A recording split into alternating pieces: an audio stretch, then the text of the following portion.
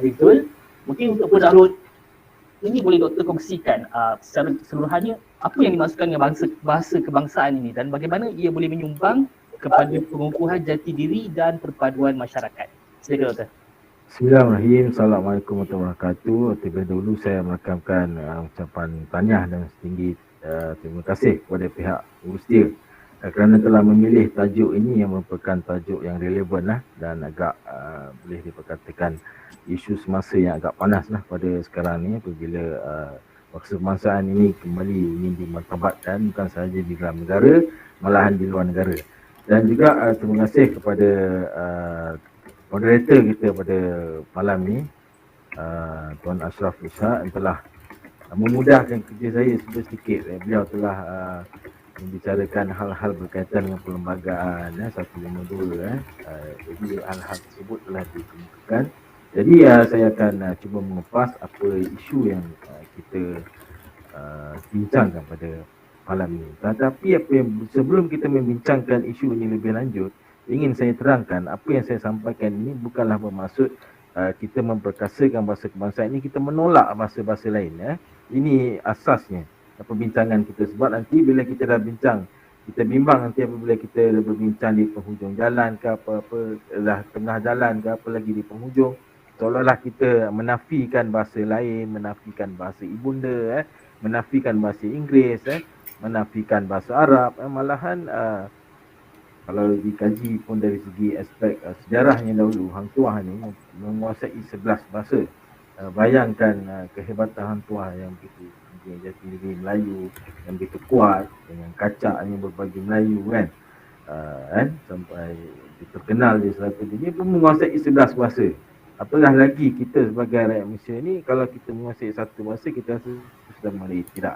Maksudnya itulah perbincangan asas bahawa menguasai atau memertabatkan bahasa Melayu ini bukanlah bertujuan untuk menafikan bahasa-bahasa lain yang berada di Malaysia ini, malahan dialek dan juga bahasa sukuan juga. Jadi apa yang diperkatakan oleh Tuan Ashraf tadi, Tuan Moderator, soalan yang pertama itu apa itu bahasa kebangsaan? Jika kita lihat bahasa kebangsaan adalah bahasa yang melambangkan identiti kebangsaan sebuah negara. Itu ialah faktor utamanya, yang itu identiti kebangsaan sesebuah negara bangsa. Jadi kita dikenal juga sebagai nation state, negara bangsa. Jadi setiap negara bangsa itu mempunyai identiti dia. Kalau Perancis ada, menggunakan bahasa Perancis. Jerman. Jadi bahasa dalam konteks negara kita Malaysia ni, negara yang menjadi identiti kebangsaan kita ialah bahasa Melayu. Disebut dalam perlembagaan pun bahasa Melayu, tapi dalam konteks penggunaan bahasa Malaysia tidak salah digunakan, sebab digunakan oleh rakyat Malaysia. Dan dari segi apabila telah dipilih sebagai bahasa kebangsaan, bahasa tersebut dirancang oleh pihak kerajaan. Maksudnya bahasa tersebut dirancang untuk memperkasakannya, dan dalam konteks itu Dewan Bahasa dan Pustaka lah diberikan peranan untuk memperkasakan bahasa Melayu. Itu secara asasnya, maksudnya sesebuah negara ini, kita berada di negara ini, tidak kiralah kita telah ditakdirkan berada di negara ini, tak perlulah kita kadang-kadang nak kaji asal usul kita. Kita dah jadi rakyat Malaysia ni, kita berpijaklah di bumi nyata, berada di langit yang sama untuk memperkasakan bahasa kebangsaan, sebab ia ialah bahasa kebangsaan itu identiti kebangsaan. Dan soalan kedua tadi ialah bagaimana untuk meningkatkan jati diri. Maksudnya untuk meningkatkan jati diri ini, mau tidak mau kita perlu memperkasakan bahasa bangsa, sebab ia merupakan idealisme kita. Idealisme negara kita. Selepas kita merdeka daripada penjajahan, setiap negara yang dijajah ni mencuba untuk mencipta identiti dia sendiri. Kita tidak boleh berada di bawah kepompong penjajah. Kita tak salah mengambil dari segi teknologi, dari segi apa, tetapi kita tidak boleh terus berada di bawah kepompong penjajah, sebab kita nak menunjukkan bahawa kita juga boleh maju dengan menggunakan mempunyai semangat jati diri yang kuat. Yang keduanya, kita faham negara kita ni terdiri daripada negara berbilang bangsa, masyarakat majmuk. Dia belum lagi dicampur dengan Sabah Sarawak mempunyai etnik, berbagai etnik yang menggunakan bahasa sukuan. Kemudian di Semenanjung juga yang menggunakan dialek. Ada yang mungkin Tuan Ashraf, dialek mana Tuan Ashraf? Gunakan dialek apa yang bahasa pertama? Macam mana Doktor? Dialek moderator kita orang mana? Saya orang Johor. Orang Johor. Johor Riau lah kot. Johor Riau tu nasib lah sama lah dengan saya. Kita gunakan bahasa Johor Riau ni, jadi memang tak ada masalah. Tapi bagaimana sahabat-sahabat rakan kita daripada Kelantan, daripada Terengganu, bahasa kebangsaan ini bukannya bahasa pertama mereka. Mereka menggunakan dialek di rumah, tetapi mempelajari bahasa kebangsaan untuk tujuan kebangsaan, iaitu jati diri bangsa lah dan negara. Itu untuk pada kali soalan yang pertama lah Tuan. Okey, baik. Terima kasih Doktor. Mungkin sedikit yang dapat saya simpulkan, kita memperkasakan bahasa kebangsaan ini bukan bermakna kita menolak bahasa lain. So itu penting kita ni dalam masa kita mengutamakan kita punya, bukan bermakna kita menolak ataupun kita tak nak pakai bahasa-bahasa lain. Cuma kita mengutamakan salah satu cara untuk kita menghargai jati diri kita lah, menggunakan bahasa Melayu. Okey, baik. Soalan seterusnya untuk Doktor. Mungkin pada pandangan Doktor ni, bagaimana tahap penguasaan bahasa kebangsaan dalam kalangan rakyat Malaysia, terutama bahasa Melayu lah? Adakah ia benar-benar menjadi bahasa utama yang digunakan oleh masyarakat pada masa kini? Secara keseluruhannya dapat digambarkan bahawa sektor awam, kita telah Dewan Bahasa dan Pustaka ni menjalankan audit bahasa. Dari segi sektor awam, kualiti dan tahap penggunaan bahasa Melayu agak tinggi lah. Maksudnya dari segi penggunaan dokumen, dari segi perbualan, dan juga begitu juga dengan pihak di IPTA, Pengajian Tinggi Awam ataupun sekarang UA lah, Universiti Awam. Memang dari segi penguasaan bahasa Melayu itu agak baik dan tinggi penggunaannya, dan taraf penggunaan dia juga tinggi. Namun dari semasa ke semasa hal ini perlu ditingkatkan, khususnya dari segi aspek berkaitan dengan kualiti, dari segi kesantunan bahasa dan menggunakan bahasa Melayu tinggilah, terutamanya dalam penulisan bahan ilmiah. Itu yang pertama. Cuma kebimbangannya adalah di sektor swasta, di GLC, syarikat berkaitan kerajaan, dan juga di sisi pengajian tinggi swasta, dari segi pengamalannya dan dari segi penguasaan dan dari segi pengiktirafan bahasa kebangsaan itu masih kurang. Namun ingin saya maklumkan juga tadi bahawa kita tidak bolehlah kata memaksa ataupun mengenakan tindakan pada masa inilah, tetapi pada masa akan datang mungkin kita akan membuat teguran ataupun memberikan pandangan supaya mereka mengutamakan bahasa kebangsaan, dan mereka pihak sektor ini perlu meningkatkan tahap penggunaan bahasa kebangsaan yang baik. Sebab kita rasa rugilah, tadi telah disentuh oleh Tuan Ashraf tadi. Kita dah tinggal di sini berapa lama, kita dah tinggal sebumbung di langit yang sama, berpijak di bumi yang sama, tapi masih lagi kita tidak dapat menguasai bahasa kebangsaan dengan baik. Berbanding kadang-kadang sahabat rakan kita daripada mencari rezeki di negara kita, contoh daripada Bangladesh, daripada Pakistan, kadang boleh bercakap dengan baik bahasa kebangsaan. Dan saya tanya kadang, kita ni kadang orang bahasa ni kita tanyalah sarjana buat pendidikan, berapa lama dah duduk sini? Dah setahun ke 2 tahun? Tak adalah bang, baru 3 bulan dah boleh cakap sedikit lah, memahami apa yang ingin kita sampaikan. Jadi tadi kesimpulannya, beberapa sektor awam tadi mempunyai penguasaan bahasa kebangsaan yang baik, tapi di sektor swasta, GLC itu masih boleh ditingkatkan lagi penggunaan dan penguasaan bahasa Melayu itu sendiri. Terima kasih. Okey, secara umumnya di sektor swasta memang penguasaan penggunaannya baiklah kan. Kita tahu memang kalau kita berurusan pun memang dalam bahasa Melayu dan sebagainya. Dan macam yang doktor ada sebut tadi, dari segi untuk sektor swasta lah dan JLC dan masih boleh ditingkatkan lagi. Mungkin pada pandangan doktor, apa yang dilihat bagaimana untuk kita ubah budaya ini? Macam biasa kita tahu sektor swasta ni dia more to business oriented ataupun perniagaan, dan kebanyakannya melibatkan orang-orang luar. Tapi bagaimana dalam masa yang sama mereka boleh memartabatkan penggunaan bahasa Melayu ataupun bahasa kebangsaan, dalam masa yang sama masih boleh menjalankan operasi ataupun urusan mereka punya core business dengan seperti biasa? Bagaimana pandangan? Satu soalan yang sangat baik. Ya. Ini sebenarnya kita mengimbau sejarah dahulu pada kurun ke-15 pun. Bahasa Melayu ni sebenarnya bukannya bahasa yang baru timbul pada abad ke-21 atau abad ke-20. Sebenarnya daripada abad ke-7 lagi telah bahasa Melayu telah menjadi bahasa lingua franca. Itu bahasa perniagaan, ya, bahasa dalam urusan perniagaan di Melaka, pusat perdagangan yang dipenuhi oleh berbagai bangsa di seluruh dunia, berbagai bangsa datang daripada Siam lah pada masa dulu, China, daripada India, daripada Arab, Gujarat, malah daripada Eropah, dari segi Belanda, dari Portugis, semuanya tertumpu di Melaka, dan bahasa Melayu boleh dijadikan bahasa perantaraan, dari segi perantaraan untuk perniagaan. Perniagaannya bukannya meniaga setakat buka syarikat kecil-kecil, itu satu perniagaan bersifat dunia. Malahan apabila dikatakan kalau orang yang tidak dapat berbahasa Melayu pada masa itu boleh dikatakan seolah-olah yang tidak dapat berbahasa Latin di Eropah, atau berbahasa Perancis. Maksudnya taraf bahasa Melayu itu telah berada di kedudukan yang tinggi pada masa dahulu, khususnya dalam masa perniagaan. Maksudnya bukanlah kata bahasa Melayu ini tidak boleh digunakan untuk perniagaan, itu dari segi mengimbau sejarah. Tetapi pada masa sekarang juga, kita lihat sebenarnya lebih pada krisis keyakinan. Kita lihat dari segi rakyat kita pun kebanyakannya boleh berbahasa Melayu. Jadi kenapa kita tidak menggunakan bahasa Melayu untuk tujuan komersial?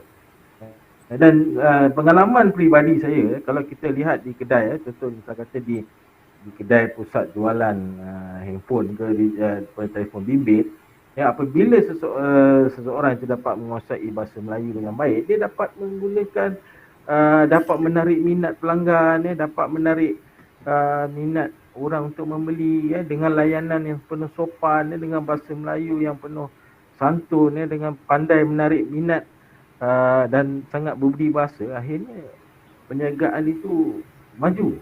Jadi soal bahasa ni jangan kita jadikan sebagai alasan, sebab dari segi sejarah pun sebenarnya telah menunjukkan bahasa Melayu telah menjadi bahasa perniagaan, dan pada masa ini juga sebenarnya bahasa Melayu berpotensi.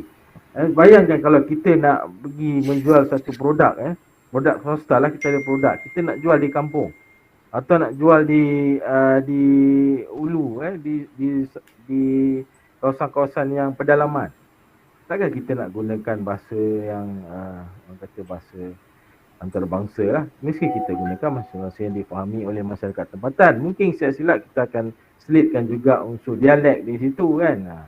Jadi hal-hal tersebut lebih kepada krisis keyakinan dan bagaimana untuk kita kaitkan bahawa bahasa Melayu ini boleh mencapai bahasa perniagaan dan menguntungkanlah, maksudnya bahasa ekonomi, bahasa komersial. Itu saja pada pandangan saya. Okey, baik. Kita di doktor dah sebut krisis keyakinan ataupun isu keyakinan lah. Sebenarnya kita boleh buat dan pernah buat suatu ketika dulu, kita pernah bahasa Melayu ni pernah menjadi bahasa pengantara, cuma biasalah perubahan zaman kita terlalu terikut-ikut dengan perubahan zaman dan sebagainya yang menyebabkan keyakinan kita untuk menggunakan bahasa Melayu itu dalam perniagaan itu sendiri berkurang. Jadi mungkin itu sesuatu yang perkara yang kita boleh cuba ubah selepas ini. Dan insyaAllah kalau kita mula tu, kita lama kelamaan dia akan menjadi satu kebiasaan lah kan. Dia nak mula jadi satu kebiasaan tu, sesuatu yang sukar. Baik, okey, untuk soalan seterusnya, mungkin Pak Doktor melihat apakah kaedah yang terbaik yang boleh kita lakukan untuk memupukkan kesedaran dalam kalangan masyarakat untuk lebih menekankan penggunaan bahasa lain, penggunaan bahasa kebangsaan lah berbanding bahasa-bahasa lain seperti bahasa Inggeris. Dan dia dah menjadi satu ataupun trend lah, jadi satu perkara yang kalau macam pergi ke kawasan-kawasan yang macam hotel dan sebagainya mesti nak speaking. Dia nak cakap bahasa Inggeris, automatik terkeluar bahasa Inggeris dia tu lah. Walaupun kat rumah cakap Nagori, cakap Kelantan, bila pergi tempat rumahnya automatik dia terus cakap bahasa Inggeris. So dia nak ubah, bagaimana kita nak upuk kesedaran kepada masyarakat. Terima kasih. Tu saya teringatlah satu, ini bukannya kata reka-reka je, memang betul lah. Saya pergi Langkawi, harga berapa harga ni? Oh, cannot go lah. Kita dah boleh agak orang mana, cannot go. Berubah juga dia punya slang tu bila dia beliau di sana. Pertamanya kita tidak boleh nafikan bahawa komitmen daripada peringkat atasan lah, peringkat kepimpinan tertinggi yang menyokong untuk memperkasakan bahasa kebangsaan dengan tidak menafikan bahasa-bahasa lain dengan bukan kata apabila puncak pimpinan tertinggi mengangkat martabat bahasa kebangsaan menafikan bahawa bahasa Inggeris tak penting lah, bahasa Inggeris ni tak perlu digunakan langsung lah, tak payah mengajar di peringkat sekolah bahasa Inggeris lah, lepas ni kita tamatkan pembelajaran bahasa Inggeris. Tidak, malahan diperkasakan lagi bahasa Inggeris untuk tujuan-tujuan apabila dilibatkan antarabangsa yang itu penting untuk menuliskan laporan pegawai-pegawai kita tetapi dalam konteks untuk memperkasakan itu pertamanya daripada komitmen atasan lah, pihak atasan yang sentiasa menyokong, memberi galakan, memberikan bantuan, memberikan geran untuk meneruskan program-program berkaitan kebangsaan. Kita lihat simposium pengantarabangsa bahasa Melayu baru diadakan pada 22 hingga 24 Mei di Dewan Bahasa dan Pustaka dan dihadiri oleh Perdana Menteri sendiri dan disokong pula lagi oleh pihak Ketua Setiausaha Negara untuk menuntut. Jadi komitmen daripada pihak pengurusan tertinggi kepimpinan negara itu yang utamalah. Keduanya dari segi pendidikan, saya pun dilihat daripada komen tadi, anak-anak muda kita ni kadang-kadang kurang diberikan orang kata semangat untuk cintakan bahasa kebangsaan kita ni dengan syarat tadi untuk mempelajari bahasa antarabangsa, bahasa Perancis, bahasa Jepun. Sekarang dia minat belajar bahasa Korea semua minat pelakon Korea nak belajar bahasa Korea, itu tak ada masalah, tapi semaikan cinta bahasa kebangsaan itu daripada pendidikan ibu bapa itu diberi dalam kalangan rakyat Malaysia lah. Dan walaupun misal kata dalam kalangan ibu bapa itu pun mengutamakan bahasa ibunda semua ada bahasa ibunda masing-masing, tetapi perlu ditegaskan bahawa seperti kalau kata mudahnya bahasa anak-anak ini ialah bahasa ibunda kita yang perlu kita pertahankan, tetapi ada satu bahasa lagi yang mempunyai kedudukan yang agak tinggi di negara kita, itu sebagai satu bahasa kebangsaan yang tidak boleh kita abaikan. Jika tidak, kita telah kita boleh katakan kehilangan sesuatu lah, khususnya sesuatu yang berkaitan dengan kedaulatan suatu negara itu. Dua. Satu tadi kepimpinan, pendidikan. Yang ketiga saya berikan ialah peranan media massa. Media massa perlu memberikan ini kita hebat Tuan Ashraf Ishak kita ni orang RTM. Kena perlu giatkan lagi kempen mengenai tagline buat pun iklan yang berkaitan dengan bahasa kebangsaan. Kalau lama-lama bila diulang-ulang, tuan-tuan dan puan-puan belajar komunikasi, apabila suatu kempen itu diulang-ulang, lebih lama akan masuk meresap dalam pemikiran manusia itu, khususnya golongan muda. Mereka akan dapat berubah. Cintailah bahasa kita, cintailah bahasa kita lama-lama kelamaan hal ini dapat meningkatkan tahap penguasaan bahasa kebangsaan itu sendirilah. Rasa tiga tu yang utama. Selain daripada itu mungkin masyarakat memberi galakan menggunakan bahasa yang baik. Tadilah pendidikan pula buat peranan guru menjelaskan walaupun berada di sekolah kebangsaan, jenis kebangsaan kebangsaan Cina, kebangsaan Tamil, kita belajar bahasa ibunda kita ada ini adalah leluhur kita mungkin daripada asal kita kan, tetapi kita perlu juga menguasai bahasa kebangsaan yang merupakan bahasa yang negara kita sekarang, yang kita sebagai rakyat perlu berbangga dengan bahasa tersebut lah. Jadi itu antaralah perkara-perkara penting untuk kita terapkan tentang kepentingan untuk menguasai bahasa kebangsaan. Tadi tiga poin yang doktor sebut untuk tekankan untuk memupuk kesedaran tu. Yang pertama, komitmen kerajaan untuk terus mempertabatkan ini. Kedua, dari segi sektor pendidikan, dan yang ketiga, peranan media massa. Saya tertarik untuk sebut dari segi sektor pendidikan. Tadi kalau kita lihat memang benar kerajaan menggalakkan memartabatkan bahasa Melayu, tapi kalau kita tengok di Institut Pengajian Tinggi IPT, khususnya di APTA seperti di UiTM sendiri, bahasa pengantar yang digunakan adalah bahasa Inggeris. Tapi macam istimewanya di UM ni, kalau macam bahasa pengantar ni digunakan bahasa Melayu untuk tugasan-tugasan ilmiah tapi di setengah polisi kerajaan mungkin di macam di IPTA, macam di UiTM dia menggunakan bahasa Inggeris. So bagaimana perkara ini untuk kita mungkin ialah satu polisi kerajaan ataupun polisi pihak pemegang taruh untuk mengutamakan itu, tapi bagaimana kita boleh ubah perkara ini untuk kita lebih memberi ruang dan penekanan kepada bahasa Melayu itu sendiri. Dan kalau kita tengok dari segi kajian-kajian ilmiah pun memang kebanyakannya semua dalam bahasa Inggeris kan. Bahasa Melayu ada cuma kebanyakan rujukan ataupun sumber-sumber bahan itu dalam bahasa Inggeris. So bagaimana kita nak ubah dari segi sudut pendidikan ni sendiri, bagaimana untuk lebih kita memberi ruang kepada bahasa Melayu untuk kita terus memartabatkan bahasa kebangsaan kita.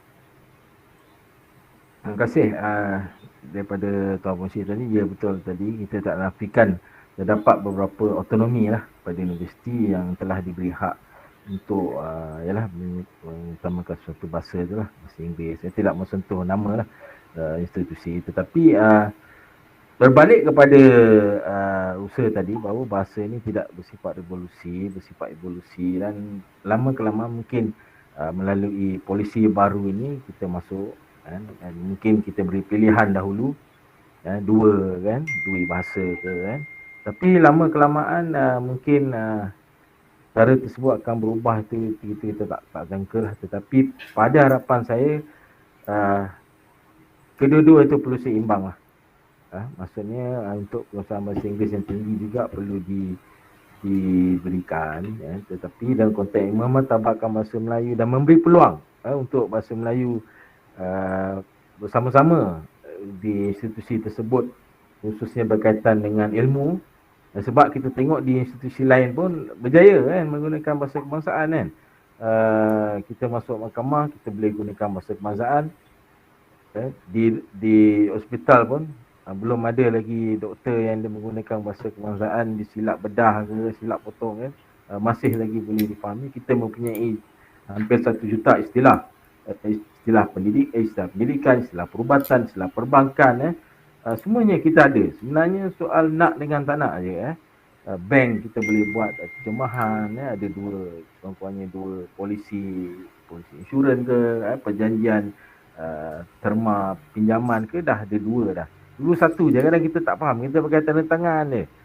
Lama kelamaan tu, lama-lama keperluan tu ada untuk bahasa kebangsaan. Dan tadilah komersial mula-mula tak payahlah kita nak berniaga dengan swasta, nak buka kedai berniaga je, kita guna bahasa Inggeris je atau bahasa-bahasa lain. Tak. Sekarang ni penguasaan bahasa kebangsaan itu penting untuk bukan saja untuk tujuan kebangsaan, tetapi juga boleh kita gunakan untuk tujuan komersial dan juga untuk pendidikan. Jadi pada pandangan tadi saya insya-Allah pada masa akan datang mungkin bahasa kebangsaan ini dapat tidak ada dibezakan lagi lah antara jurang yang ni boleh gunakan, ini tak boleh gunakan.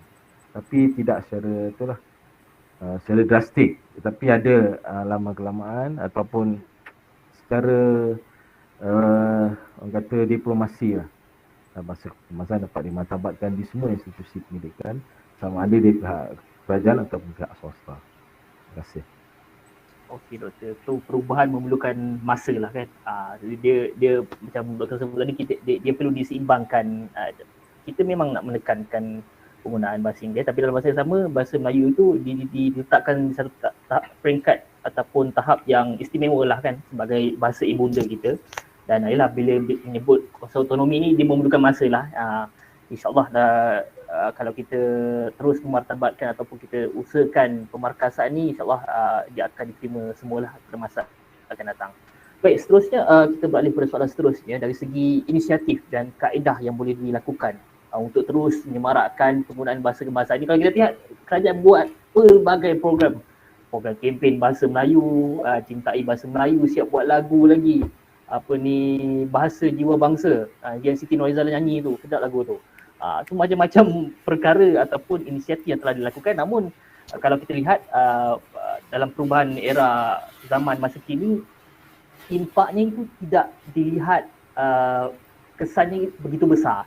Mungkin pada pandangan doktor sendiri, apa yang boleh kita tambah baik daripada inisiatif-inisiatif ataupun kempen yang kita telah buat sebelum ini untuk terus kita memartabatkan bahasa kebangsaan ini, dan dalam masa yang sama mengguna pakai apa kelebihan teknologi pada masa kini. Bagaimana pandangan Doktor? Pandangan saya memang betul. Kita mau tidak mahu kita tidak boleh berubah di takut lama lah. Maksudnya menggunakan kempen, pergi ke kampung-kampung, pergi ke yalah buat program, datang 30 orang, 40 orang datang kan. Buat kempen paling ramai pun kadang-kadang boleh datang 100 Jadi kita dah bermula dengan era digital. Inilah satu contoh. Bila kita buat seminar, kita dah mulakan hybrid. Kita ada kata di Dewan Tun Syed Nasir tu ada sekat 500 orang perasmian. Tetapi di luar tu secara FB Live, secara YouTube dapat ditonton oleh hingga ke peringkat antarabangsa. Bagaimana kepimpinan tertinggi mengucapkan dengan penuh semangat untuk memperkasakan bahasa kebangsaan. Kemudian di kertas kerja dibentangkan daripada luar negara, daripada Jerman, daripada Perancis, dapat menyampaikan malah mereka berbahasa Melayu, dapat menyampaikan hujah dalam bahasa Melayu dan dapat ditonton oleh generasi yang boleh dikatakan generasi yang boleh mementingkan inilah digital ni pada masa sekarang ni. Jadi kita lihat di elemen digital ini tidak boleh ditinggalkan lah. Keduanya, dari segi penerbitan, bahan-bahan penerbitan, dari segi majalah, dari segi buku, dia kata di BPD dia kita masih lagi mengamalkan lagi penjualan buku, pesta buku pun yang lepas ni, minggu ni pun dihadiri ramai yang hadir, masih lagi memulakan buku, tapi kita sudah bermula dengan menggunakan digital. Boleh baca melalui laman web, boleh baca melalui portal. Hal-hal sedemikian inilah menyebabkan kempen ini, penggunaan bahasa Melayu ini tidak boleh meninggalkan elemen digital. Sebab kita faham golongan muda tu utamanya. Golongan muda ni memerlukan dari segi kecepatan dan ketepatan. Dia nak cepat, orang muda dia nak cepat. Kalau nak bahan ke nak apa, nak baca, dia nak cukup cepat. Dia tak nak selak buku, tak nak pergi beli buku kan, jauh-jauh kan. Dia nak ada di depan mata. Buka je komputer, buka je peranti, telefon bimbit ada. Jadi maksudnya kempen-kempen kita perlu berubah lah. Kemudian apa yang tadi saya ambil kesempatan ni sebenarnya, Puan Moderator dia boleh memainkan peranan. Biar ada di beberapa program berkaitan kebangsaan tu perlu dihidupkan semula. Dulu ada, saya ingat cerita apa Osman Baku apa ke. Tapi kita boleh buat yang komersial sikit lagi. Buat yang macam cerita yang kelas bahasa Melayu kan, yang tetapi yang lebih komersial lah. Yang kena pada masa dia masa perdana jangan kita ambil pukul 11 malam ke kan, atau pagi ke, orang tak ada kan. Jadi kita ambil dia supaya dapat dikomersialkan. Lama kelamaan apabila kita komunikasi balik pada teori komunikasi, apabila kita diasak beberapa kali dalam pemikiran kita ni, lama-lama dia akan tertanam semangat ataupun perbuatan untuk melakukan sesuatu lah, maksudnya dalam konteks ni untuk memperkasakan bahasa kebangsaan lah. Maksudnya bila media sosial, kemudian digital pula, lagi elemen digital digunakan elemen komersial lagu jadi kita Dewan Bahasa sendiri pun kita dah mula memberi peluang kepada golongan muda ni untuk kita buat pertandingan lagu basker, kemudian penghibur jalanan menggunakan lagu puisi. Jadi kita dah tarik golongan muda, kita pancarkan melalui YouTube Jadi kita ke arah tu. Kemudian pertandingan pun kita dah tak buat dah kadang-kadang di dewan mereka menyampaikan puisi di dewan, tak, kita dah buat dalam bentuk YouTube, TikTok, hantar kepada kami nilai. Kita buat di bawah Dekad Bahasa Kebangsaan DBK setiap tahun kita adakan sepanjang 10 tahun dekad tu. Setiap tahun tu kita anjurkan Dekad Bahasa Kebangsaan. Jadi program-program tidak berbentuk komersial, tidak terlalu orang kata konvensional. Kita dah ke arah tu, video buat rakaman video pendek mengenai cintai bahasa kita, pertandingan puisi melalui video, pertandingan nyanyian lagu puisi melalui video. Kita faham kadang tuan-tuan dan puan-puan mungkin ada bakat terpendam boleh masuk pertandingan tersebut. Dan boleh juga kerjasama, mungkin lepas ni kerjasama dengan RTM, komersialkan pertandingan penghibur jalanan, bahasa menggunakan bahasa ni lagu puisi contoh komersial. Bayangkan boleh menarik minat golongan muda. Itulah maksudnya, pertama elemen digital, dan kedua mestilah program itu bersifat malas segar lah, maksudnya tidak bersifat komersial buat di sesuatu tempat. Kita dah kena bersifat hybrid ataupun menggunakan video, menggunakan digital lah, elemen digital. Itu pandangan saya.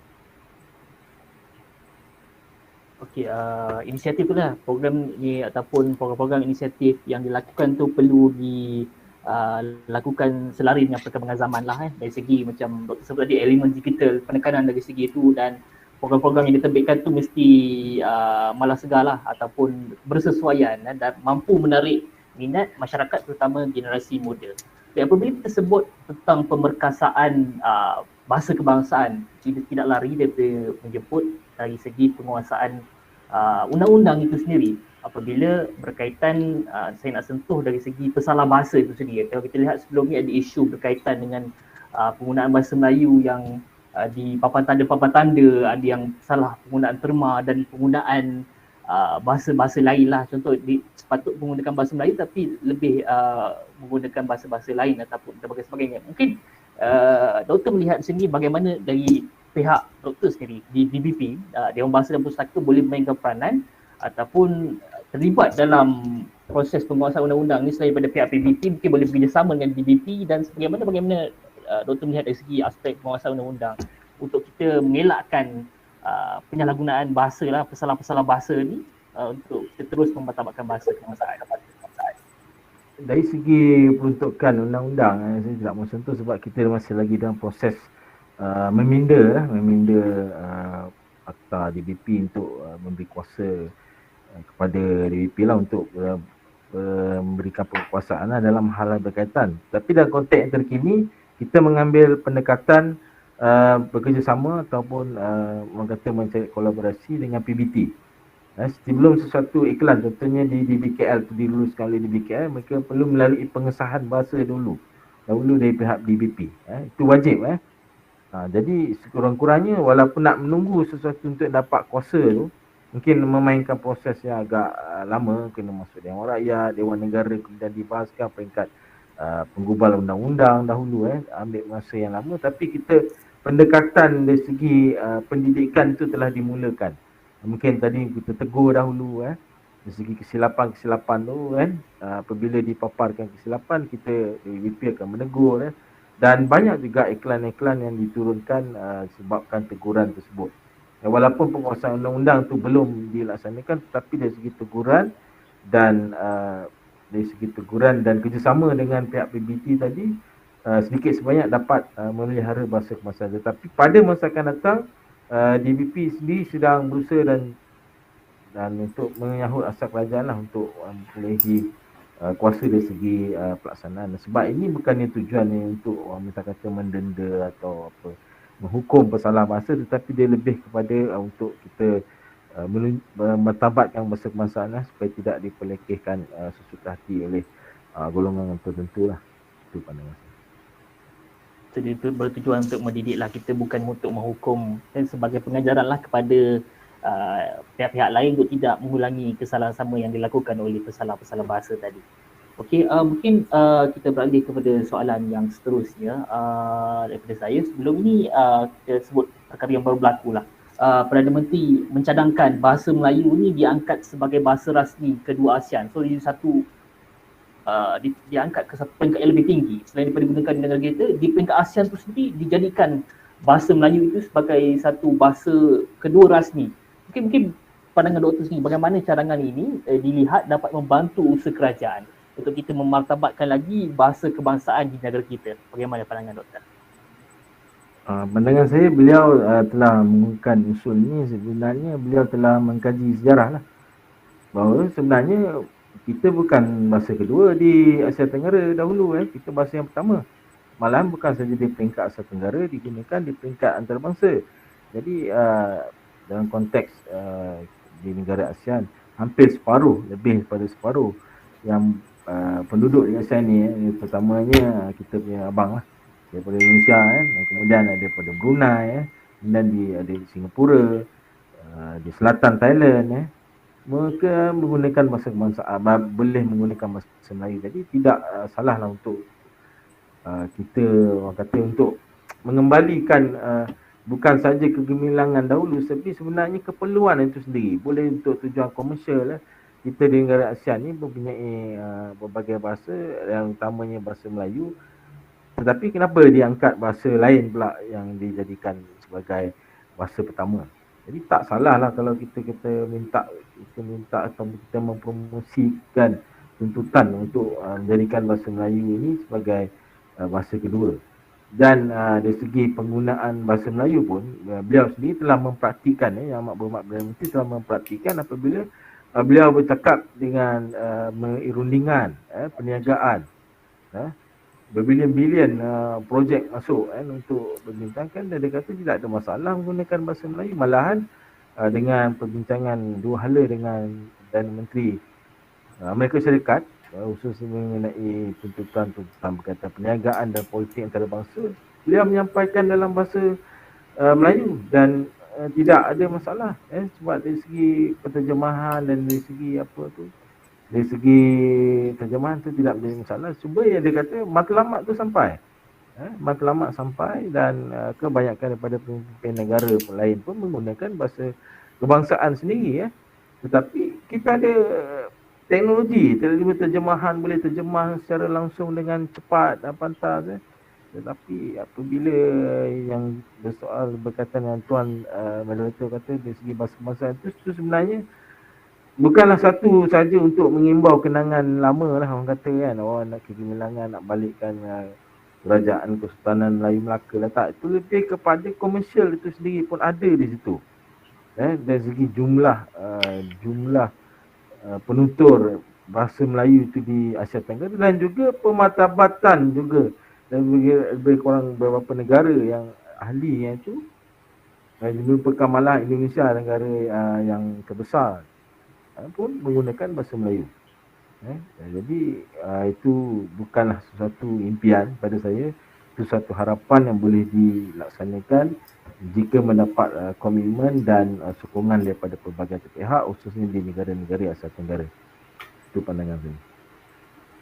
Diharapkan usaha ini kita dapat teruskanlah supaya hasrat kerajaan ataupun hasrat Perdana Menteri itu sendiri dapat kita realisasikanlah, sebab kita bukan sesuatu yang barulah, sebab kita dulu pernah menjadi bahasa Melayu itu sendiri menjadi lingua franca, bahasa perdagangan seluruh dunia yang digunakan. Mungkin satu perkara sebelum saya buka untuk kita ke sesi soal jawab bersama, sebab dah ada beberapa soalan saya terima di ruangan chat tu, soalan terakhir daripada saya sendiri. Mungkin dari segi penggunaan ada yang keliru, penggunaan bahasa Melayu dan bahasa Malaysia. Dari segi mana istilah yang tepat ataupun mana yang betul-betul yang kita perlu tekankan apabila kita sebut bahasa Melayu ataupun bahasa Malaysia, terutama bila bercakap tentang penggunaan bahasa bahasa Melayu sebagai bahasa rasmi kedua ASEAN pun ada yang mempolemik, menjadi satu polemik di antara masyarakat di Indonesia dan Malaysia sendiri. Ada kata bahasa Melayu yang kat Malaysia, ada bahasa Melayu bahasa Indonesia. So benda tu ada berlaku sedikit perbincangan ataupun percanggahan pendapat. So bagaimana pandangan doktor isu bahasa Melayu ataupun bahasa Malaysia? Adakah ia perkara yang sama atau bagaimana? Ia perkara yang sama, cuma dilihat dari segi, kita nak lihat dari segi dimensi yang berbeza. Pertama dari segi akademik. Dari segi akademik, kita tak boleh nafikan bahawa bahasa yang aslinya ialah bahasa Melayu. Itu memang nama asalnya lah. Daripada nama sebelum kemerdekaan lagi pun, sebelum ada Malaysia 1963 pun, kita dah bahasa Melayu ni dah digunakan dah beratus tahun dah. Itu dari segi ilmiahnya lah, dari segi bahasa ni, dari segi ilmiah. Kalau kata bahasa Tamil lah. Kita tak punya bahasa India, Mandarin lah, Cantonese lah.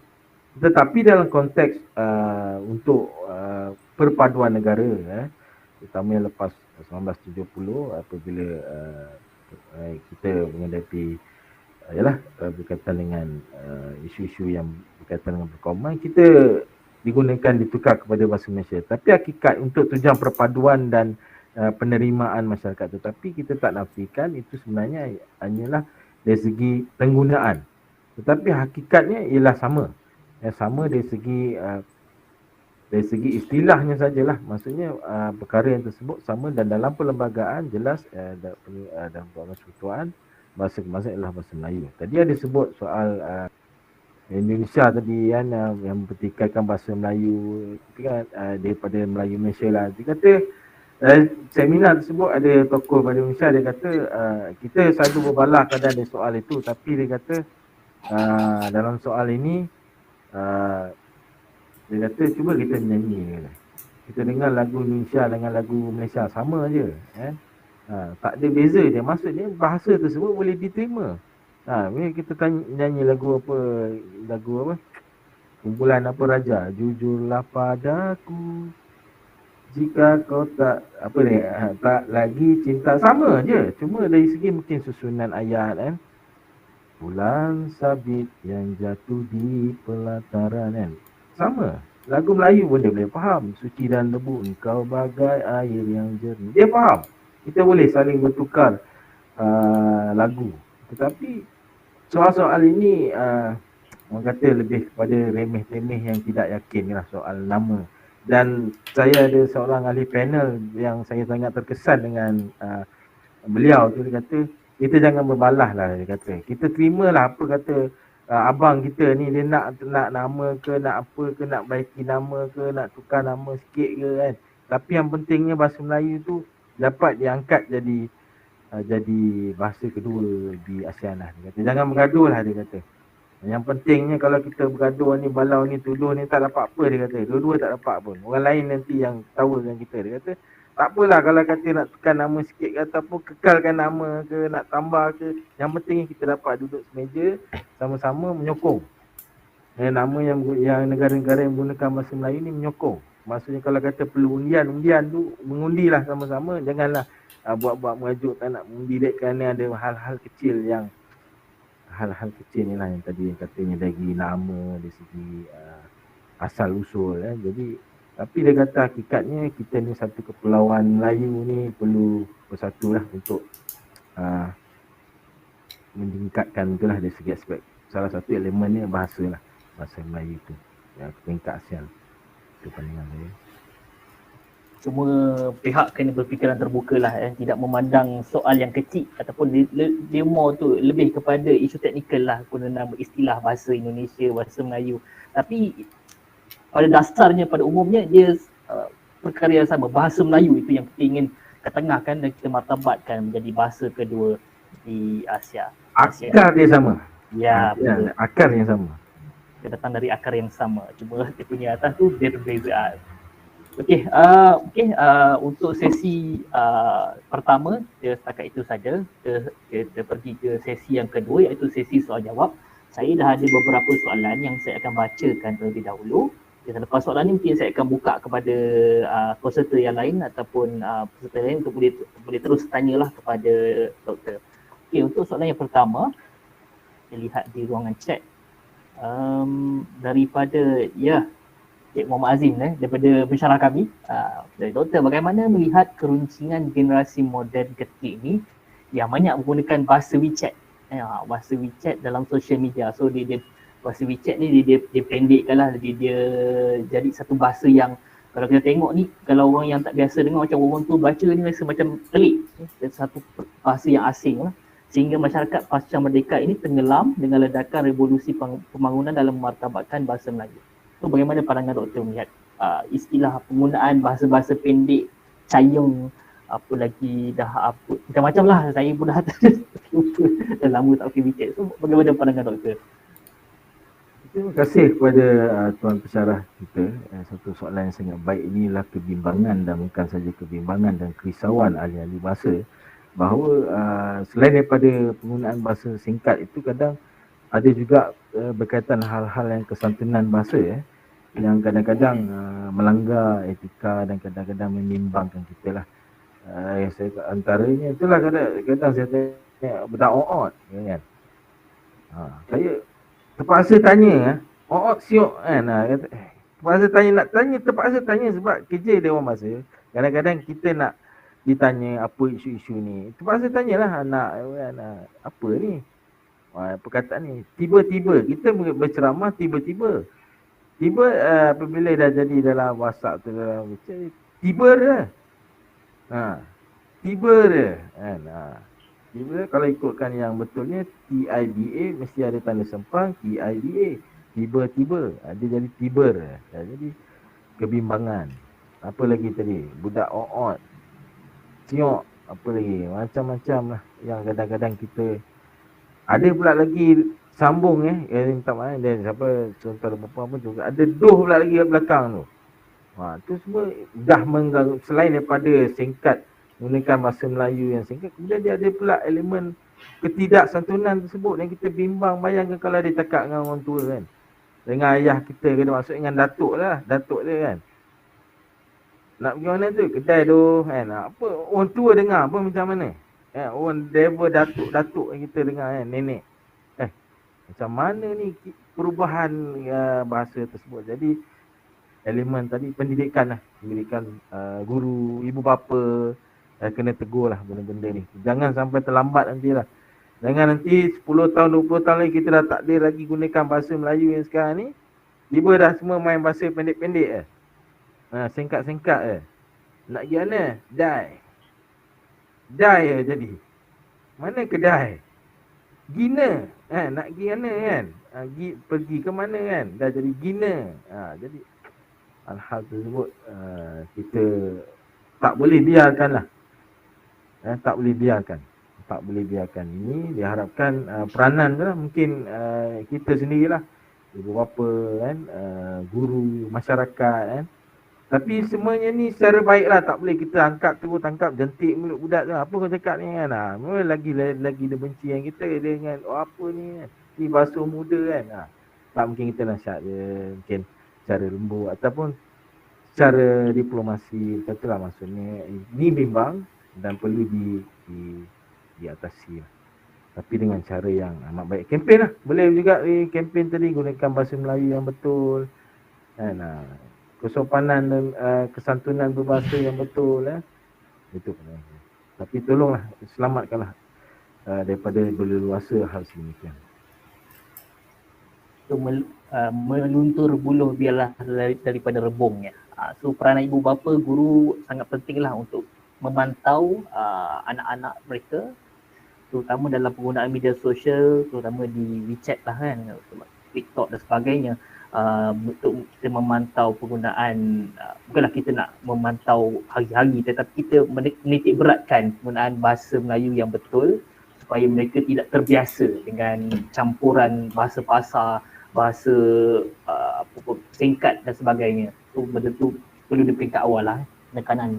Betul lah budak oot. Siapa boleh bagi saya apa maksud budak oot? Saya tak dapat lagi yang tepat. Saya tak yakin daripada satu sumber saya boleh budak, tak dapat? Budak oot siap. Budak oot tu yang sepaham saya dia OOTD. OOTD apa ni, dia disingkatkan daripada OOTD. OOTD apa ni, on outfit of the day. So orang yang suka bergambar OOTD lah. Sepaham saya itulah dipendekkan daripada istilah OOTD tu jadi oot, budak oot. Macam-macam. Jadi singkat kan, dia dah singkat. Okey. Terima kasih. Okey, itu dia tadi soalan daripada pensyarah kita berkenaan dengan generasi muda kita lah, penggunaan di media sosial, WeChat dan sebagainya. Seterusnya daripada Cik Suraya Ali, ni wartawan juga ni. Mahkamah Tinggi, Mahkamah Persekutuan, Mahkamah Raya dah tidak mewajibkan menggunakan bahasa Melayu dan ramai peguam menggunakan bahasa Inggeris dan tak mahir bahasa Melayu. Ini betul sebab saya kadang-kadang buat liputan di mahkamah, kita lihat ada sesetengah peguam itu sendiri dia tak mahir menggunakan bahasa Melayu dan disebabkan boleh guna BI bahasa Inggeris, mereka gunakan bahasa Inggeris. So bagaimana kita nak menangani isu ini, terutama melibatkan ialah di peringkat institusi kehakiman, di satu peringkat yang tinggi, tapi melibatkan golongan profesional tidak mahir berbahasa Melayu. Bagaimana pandangan doktor? Yang ni dia masih lagi sebenarnya tertakluk juga kepada peruntukan undang-undang. Bahawa sesuatu undang-undang tu maksudnya perlu difahami lah oleh terutamanya semua pihak. Mereka pada pandangan saya hal ini tak sepatutnya berlaku lah. Sebab dari segi pelbagai persekutuan pun mengutamakan bahasa Melayu, dan dalam walaupun tidak mengatakan kedua-dua bahasa boleh digunakan, saya dari segi perundangan, mungkin dari segi perundangan memberi kelonggaran, tetapi tak semestinya perkara tersebut digunakan sepenuhnya, diambil kesempatan sepenuhnya, ya. Sebab elemen dari segi keadilan, dari segi pemahaman itu sebenarnya bahasa yang kita gunakan itu lebih difahami.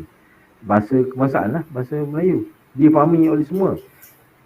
Maksudnya elemen selain daripada elemen tidak menghormati atau tidak memartabatkan bahasa kebangsaan, elemen dari segi kemanusiaan itu sendiri memberi fahaman. Kalau lah kata peguam, kita lah kata kita ni yang menggunakan bahasa Melayu sebagai bahasa rasmi ataupun bahasa ibunda, bahasa penguasaan bahasa Inggeris yang tidak terlalu baik lah, yang tinggi, hanya peringkat biasa je. Tapi bila peguam ataupun pihak profesional menggunakan bahasa, kita seolah macam tak memahami, tidak memahami maksud tersebut. Jadi hal-hal tersebut telah berkata menafikan hak tu lah.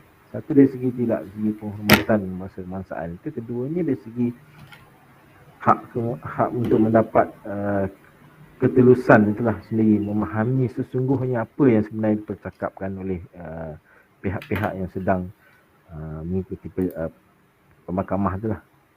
Itu saja pandangan saya. Bila ada pilihan bahasa ni, jadi mungkin mereka yang selesa berbahasa Inggeris akan lebih mengutamakanlah. So dari segi bila melibatkan polisi ni, sesuatu yang sukarlah untuk kita sentuh. Kita di peringkat bawahan ni, so di peringkat kerajaan lah mungkin lepas ni perlu di keutamaan tu kepada bahasa Melayu dan sebagainya. Perlu dilihat semula lah polisi itu untuk kita terus memartabatkan bahasa Melayu. Dan soalan yang seterusnya, kedua tadi dengan pindah akta tu lah, mungkin tadi akan yang memperkukuhkan tadi kan, sedang orang kata sedang, kita faham perundangan ni dia melalui proses yang panjang daripada British dahulu kan, undang-undang British konvensional kan.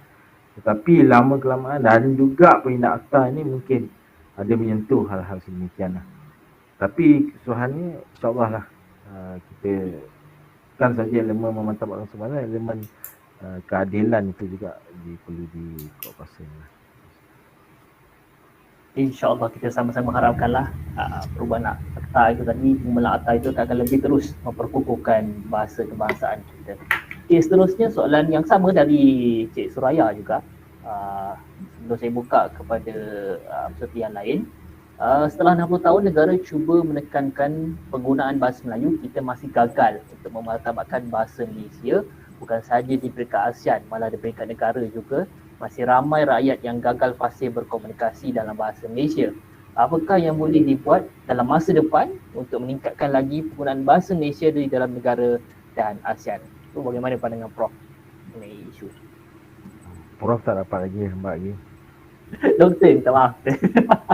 Apa ni, okey, dah tergurau je. Maksudnya tadi kita rasa ada sentuh tadi penggunaan dengan generasi muda lah. Generasi muda ni lah harapan kita. Kadang-kadang generasi yang selepas ni kita dah tak boleh nak, orang kata nak ubah lah. Kadang kita jumpa kawan orang tua-tua yang generasi dulu masih lu gua lagi kat pasar kan. Dia masih lagi menggunakan bahasa pasar kan. Cuma mungkin kita perbaiki dari segi integrasi, dari segi media, sekolah, pendidikan, kita bercampur masyarakat kan. Lama kelamaan secara evolusi ramai juga yang bukan Melayu ataupun daripada pelajar-pelajar antarabangsa pun yang mereka dah boleh fasih lah sebenarnya berbahasa Melayu. Cuma kadang-kadang kita kurang berkomunikasi, kurang bertemu. Tapi bila bertemu kita boleh bercakap dengan baik kan. Jadi berbalik kepada tadilah, ada elemen masa tadi dan elemen perubahan tersebut, perubahan dari segi generasi ke generasi dan untuk pada masa akan datang kita harapkan pembinaan negara bangsa ni, negara Malaysia ni, kita memperkasa kebangsaan bukan kerana kita kata oh ini bahasa Melayu, kita nak tingkatkan penguasaan bahasa Melayu. Tak, ini ialah bahasa negara kita. Kita kena terima, kita duduk di negara ini, kita kena terima. Ini adalah bahasa kebangsaan kita dan perlu kita kuasai dengan baik. Okey, baik. Jadi macam saya sebutkan tadi lah, perubahan itu memerlukan masa dan perlu seiring dengan perubahan zaman itu sendirilah. Perlu mengoptimumkan sepenuhnya penggunaan teknologi masa kini untuk terus kita memartabatkan bahasa Melayu. Baik, okey. Tamatlah untuk sesi soal jawab soalan yang saya terima di ruangan chat ini. Okey, saya buka ruang seluas-luasnya kepada peserta yang ada. Ketika ini ada 19 orang peserta yang mengikuti kita secara dalam talian ini. InsyaAllah selepas ini kita akan siarkan ini di dalam media sosial lah, Facebook, untuk penerimaan peserta ataupun audiens lebih ramai. Okey, untuk 19 orang, mungkin ada sebarang pertanyaan yang boleh diajukan secara terus kepada doktor kita. Bukan senang doktor kita nak luangkan masa pada malam ini. Dah dapat peluang ni, mungkin boleh tanya apa-apa berkaitan dengan bahasa kebangsaan, dan mungkin dari segi pihak Dewan Bahasa dan Pustaka sendiri mungkin ada apa-apa yang boleh diajukan. Saya buka ruang. Ada soalan? Peserta. Assalamualaikum doktor. Waalaikumsalam warahmatullahi wabarakatuh. Apa khabar doktor, sihat? Baik, insyaAllah. Alhamdulillah. Alhamdulillah doktor. Doktor, saya ada soalan untuk ditanyakan kepada doktor. Silakan. Baik, kalau kita lihat doktor, pada zaman sekarang ni, ibu bapa sering menerapkan kepada anak-anak kecil mereka ini untuk sering berbahasa Inggeris berbanding dengan berbahasa Melayu di rumah. Okey doktor, kadang-kadang saya lihat anak-anak yang berusia mungkin 2 ke 3 tahun ke 4 tahun dan sebagainya jarang menggunakan bahasa Melayu tapi kerap lebih lagi berbahasa Inggeris, dan ibu bapa mereka juga sering menggunakan bahasa Inggeris di rumah walaupun tidak penuh, seperti stop, no, come here and so on. Macam tu doktor. Adakah boleh ke kalau saya katakan macam ibu bapa itu mungkin kurang menerapkan rasa cinta kepada bahasa kebangsaan kita doktor? Apa komen doktor? Ya, pada pandangan saya dah sentuh tadi. Maksudnya kita dalam hidup kita ni kita ada cinta sejati lah. Cinta sejati kita itulah bahasa kebangsaan. Tetapi dengan kita memperkenalkan perkataan untuk menguasai bahasa Inggeris, malam kita boleh kadang-kadang bukan saja bahasa Inggeris, bahasa Arab. Kadang ibu bapa dah panggil ayah, dia dah tak panggil ayah dah. Dia panggil abi kan. Ibu panggil umi kan. Tu tidak pada saya lah. Apa kita dari segi kita mempelajari 10 bahasa pun, kita mempelajari 10 bahasa pun, tapi cinta sejati kita tu terhadap bahasa kebangsaan, bahasa leluhur kita, kita faham ini perlu dikuasai. Kita nak ambil sesuatu yang baru, jangan buang yang lama. Kalau bahasa Inggeris ni, not a zero sum game lah. Kita tak ada kalah sepenuhnya dalam soal bahasa ni. Dalam soal bahasa ni dia kita menguasai bahasa kebangsaan, memantap kebangsaan, dan kita menguasai bahasa lain yang tadi saya sentuh tadi tu. Orang tua yang menguasai 10-11 bahasa tu pun sangat kuat jati diri Melayunya dan tidak ada masalah untuk dari segi bahasa tu. Itu satu mungkin nilai tambah. Dan pada saya bukan saja kita perlu menguasai bahasa Inggeris, kita boleh bahasa Arab, bahasa Perancis, bahasa Mandarin pun. Kita boleh kuasai, Tamil pun kita boleh kuasai supaya kita dapat bersahabat dengan rakan-rakan kita ni. Baru kita kenal, bila saling kita kenal, baru kita saling dapat bertoleransi ni. Kadang-kadang kita tak saling mengenali, itu masalah kita menghadapi masalah komunikasi. Jadi saya berpegang pada tadi bahawa pandangan tuan itu, saya amat yakin, kata yakin mereka akan tetap mempertahankan bahasa Melayu sebagai bahasa ibunda mereka, bahasa leluhur. Tapi penguasaan pada bahasa lain itu tidak dinafikan, didedahkan pada awal lah. Nah, itu salah satu pandangan saya lah. Baik, terima kasih doktor. Dan doktor sebut tadi cinta sejati. Kita pusing-pusing gimana pun berbalik kepada cinta sejati kita. Itu bahasa Melayu lah. So penekanan kepada ibu bapa lah penting untuk, memanglah kita sudah terbiasa, namun perlu diubahlah budaya itu supaya tidak terbiasa dengan untuk terus memartabatkan bahasa Melayu. Okey, mungkin ada soalan lain yang ingin diajukan oleh peserta-peserta kita. Ada? Okay, kalau tiada, okay, kalau tak ada, saya nak ucapkan jutaan terima kasih lah kepada Dr. Azizul kerana sudi meluangkan masa pada malam ini untuk kita bersama dengan kami pelajar-pelajar PACE UM dan kumpulan 11 untuk kita membincangkan isu yang penting bagi saya, cintai bahasa kebangsaan kita untuk terus memartabatkan bahasa kebangsaan dan memetik apa yang doktor cakap tadi. Secara kesimpulannya, kalau untuk kita pada malam ini, kita kena contohi Hang Tuah. Walaupun dia menguasai 10 hingga 11 bahasa, tapi dia tetap dengan jati diri dia. 10 bahasa tetap dengan jati diri Melayu dia, mengutamakan bahasa kebangsaan ataupun bahasa Melayu lah. Kita kena contoh dia lah. Menguasai banyak bahasa, tapi tetap dengan jati diri Melayu. Ya, saya kira setakat itu saja. Mohon ampun dan maaf sekiranya terdapat sebarang keterlanjuran dan kekurangan di pihak saya selaku moderator sepanjang mengendalikan program kita pada malam ini. Saya mohon ampun dan maaf, dan mungkin diharapkan selepas ilmu dan pandangan pada malam ini, kita akan dapat terus memartabatkan bahasa kebangsaan kita. Baik, setakat itu saja daripada saya. Saya serahkan semula majlis ini kepada Cik Nora untuk acara seterusnya. Silakan, Nora. Okey, itu dia tadi, berakhirlah sudah sesi webinar Cintailah Bahasa Kebangsaan Kita pada malam ini. Banyak perkongsian ilmu dan pandangan yang menarik ya, yang diharapkan dapat memberikan manfaat kepada kita para pendengar dalam kita terus memartabatkan lagi bahasa kebangsaan kita. Okey, untuk atur cara seterusnya kita beralih kepada sesi bergambar. Okey, diminta semua peserta untuk membuka kamera masing-masing untuk bagi membolehkan urusanti penganjur untuk screenshot gambar semua peserta yang hadir pada malam ini. Okey, diminta semua untuk buka kamera. Okey, harap pihak urusanti pun dah bersedia ya.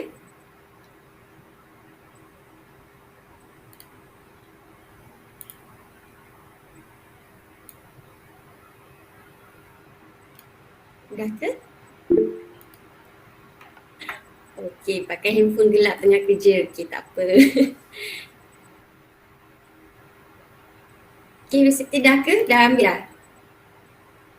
Alright, okey, terima kasih. Maka dengan itu berakhirlah sesi bergambar.